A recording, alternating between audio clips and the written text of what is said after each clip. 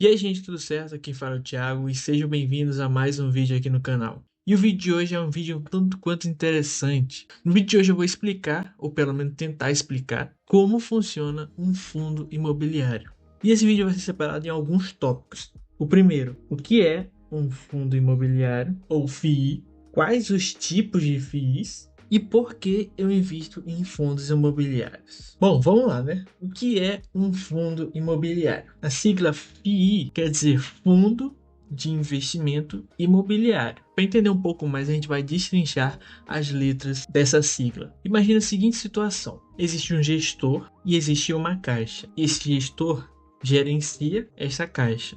E esse gestor chega para você e fala: essa caixa tem o intuito de comprar um prédio. Só que só esse gestor não tem o dinheiro suficiente para comprar um prédio inteiro. Por isso, ele chama várias pessoas e você pode estar incluso aí no meio dessas pessoas. Então, várias pessoas aplicam seu dinheiro, investem seu dinheiro nessa caixa com o intuito de comprar esse prédio. Então, quando essa caixa chega no montante suficiente para comprar esse prédio, o gestor pega esse dinheiro e investe no prédio. Consequentemente, esse prédio pode ou deve gerar lucros que serão repartidos entre as pessoas que investiram nesse fundo, nessa caixa, os famosos dividendos. E até aí, ok. Mas aí você chega para mim e pergunta: Thiago, qual a diferença dos fundos de investimentos imobiliários? Porque na sua carteira você tinha dito que tinha fundos de papel e fundos de tijolo. E aí a gente entra em outro ponto.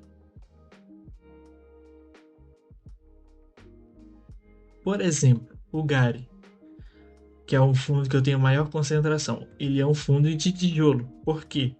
Pois ele investe em imóveis físicos, exatamente como o exemplo que eu dei. As pessoas investem o seu dinheiro nesse fundo e esse fundo tem uma tese que é investir em imóveis físicos. A exemplo do Gari, ele tem imóveis como o Pão de Açúcar, imóveis do Grupo Mateus, da Air Liquid, da BRF, Almanara, ou seja, uma mistura de imóveis logísticos e de renda urbana varejo, basicamente. Tá ok, Thiago, mas e o fundo de papel? Imagina a seguinte situação: você investe seu dinheiro nesse fundo e o gestor desse fundo pega esse dinheiro que várias pessoas investiram e leva para um cara que quer construir um prédio. Vamos seguir nesse exemplo do prédio. Aí o gestor chega para ele e fala: opa, eu tenho dinheiro aqui para tu terminar de construir esse prédio. Eu te empresto ele, mas você me devolve ele com juros. E normalmente a maioria dos fundos tem algumas taxas, as mais famosas dela, CDI e IPCA.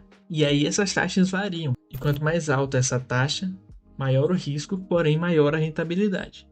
Quanto menor, menor o risco, mas menor a rentabilidade.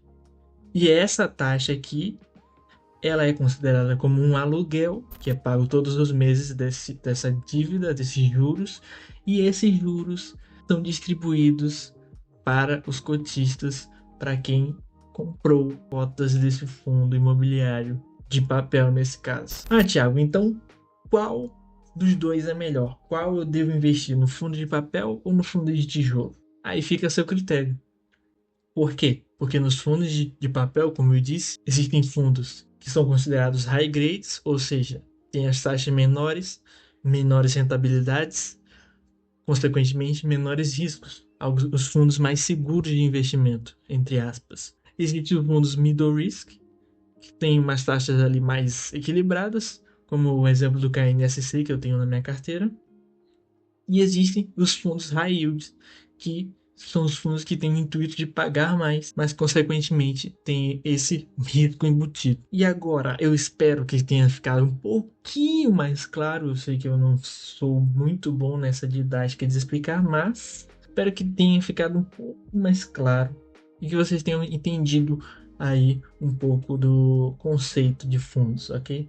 E por que eu invisto em fundos imobiliários? Por exemplo, aqui na minha carteira eu tenho ações e eu tenho fundos imobiliários, bem mais fundos imobiliários, como vocês podem ver. Por que eu tenho mais fundos imobiliários do que ações? Primeiramente, por mais que ambos estejam nas categorias de renda variável, os fundos imobiliários eles variam bem menos que as ações.